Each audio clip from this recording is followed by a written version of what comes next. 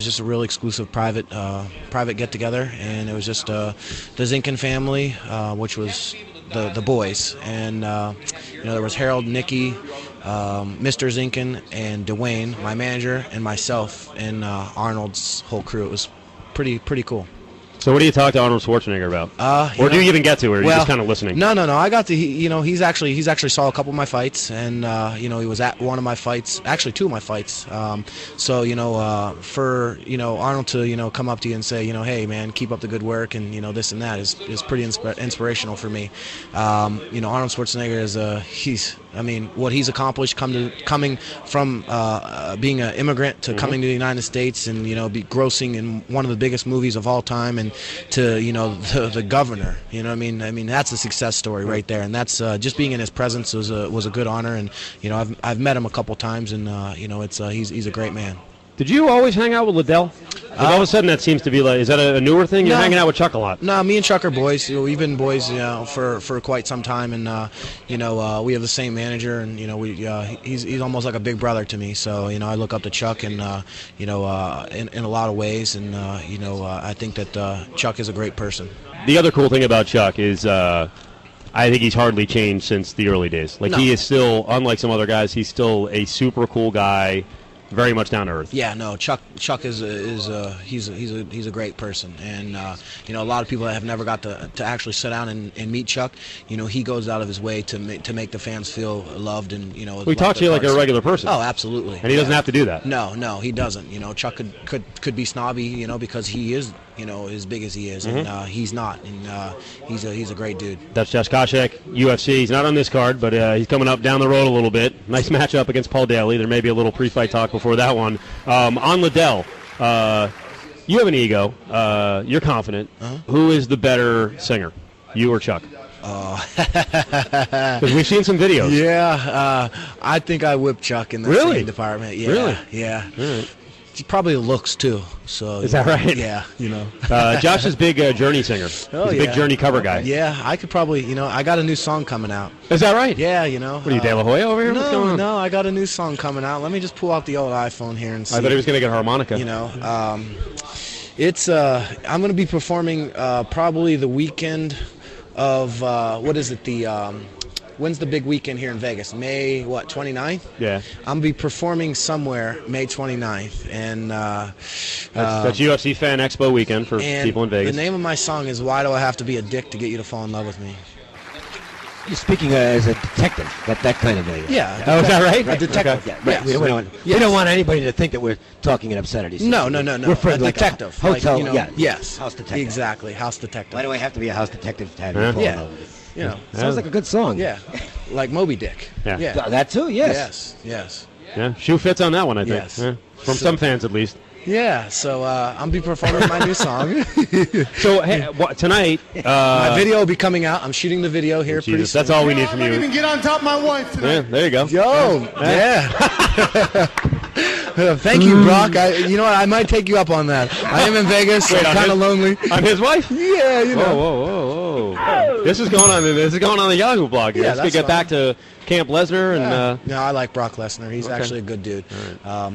I've met him a couple times, and I grew up college wrestling with him. He's a good dude. Tonight, no Steel Panther, huh? Oh, they're in town, huh? They are in town. And that's immediately, I was like, Koscheck has to go. Green Valley Ranch. This guy, that's the reference on the Journey thing is he goes to Steel Panther in L.A. Yes. And then there's pictures and videos, too. They play right down the road. Yes, and if it's tonight. They're in on Friday. They are 11 o'clock, I think, or 10 o'clock on Friday nights. They probably won't go until midnight, probably. Yeah. 1. So, actually, I'm going to Green Valley tonight. There you go.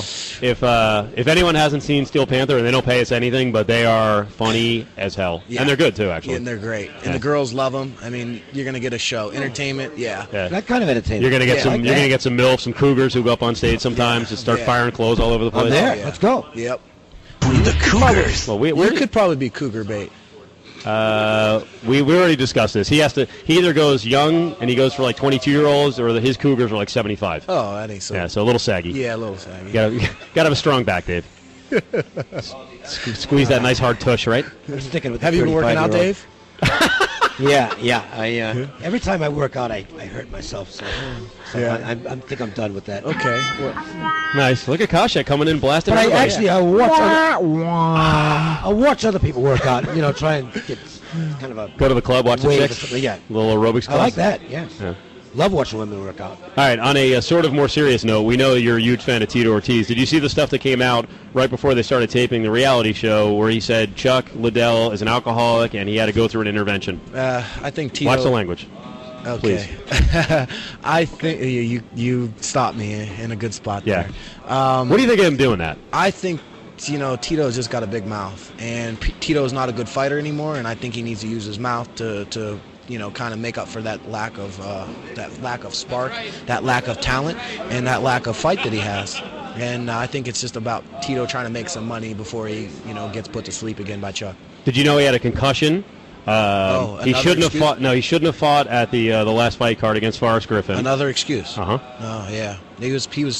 It was pretty embarrassing. I saw you rolling your eyes up. I actually talked to you afterwards, and you were like, "This is unbelievable." I truly wanted to just grab the mic from him and be like, "Tito, you're embarrassing yourself, bro. Stop talking." It's like he's just making excuse after excuse after excuse. I don't think that there's any room for that in mixed martial arts. Hey, the guy was better than you that night. You lost. Move on. Don't make excuses about it. Yeah. Does he have any shot against Chuck? Try to be a little objective. Take him down. No. More cardio. He had 2 chances before. What's he going to do? He doesn't have knockout power. I see it an easy fight for Chuck again, and I just don't understand why he's talking so much. I miss that's just maybe Tito. All right, last couple things before Josh runs. Yep, we're talking about Paul Daley, May 8th. I already know that question's coming up. Woohoo! So, what do you think? Yeah, Paul Daley, there we go, is talking a lot. And, this is today was the first day I actually stepped up and said something back because I've just been busy with, a lot of personal things in my life and, traveling a lot and, just trying to stay away from the sport for a little bit while I've been injured. And I'm back, and I'm back in training camp, and Paul Daley is going to get his mouth shut. I can tell you this. I've been in this game for a long time, and, yeah, I talk a lot of trash, but guess what? I back it up at the end of the day. I get in there and fight. Now, if Paul Daley is going to talk, is he going to come into the cage, May 8th and back it up? I can guarantee I am. So I plan on, rearranging some teeth in his mouth. He already has those braces and those messed up teeth. You know what I mean? So maybe we'll put some railroad spikes in there to freaking, So, this guy's talking so much. And let me just tell you, Paul, just know that I'm going to talk and I'm going to come and back it up. And don't be afraid to talk a little bit to entice me to stand, because I have good stand-up, I have a good chin, and I have a lot of power. And if I put my right hand on your chin, you're going to go to sleep. And so I'm not afraid to stand with him. I'm not afraid to walk up to him and, right in his face, toe-to-toe, and you're going to watch that. May 8th, you do not want to miss this fight in Montreal, because I'm walking to the center of the cage, and there's going to be no handshaking. It's going to be fist flying.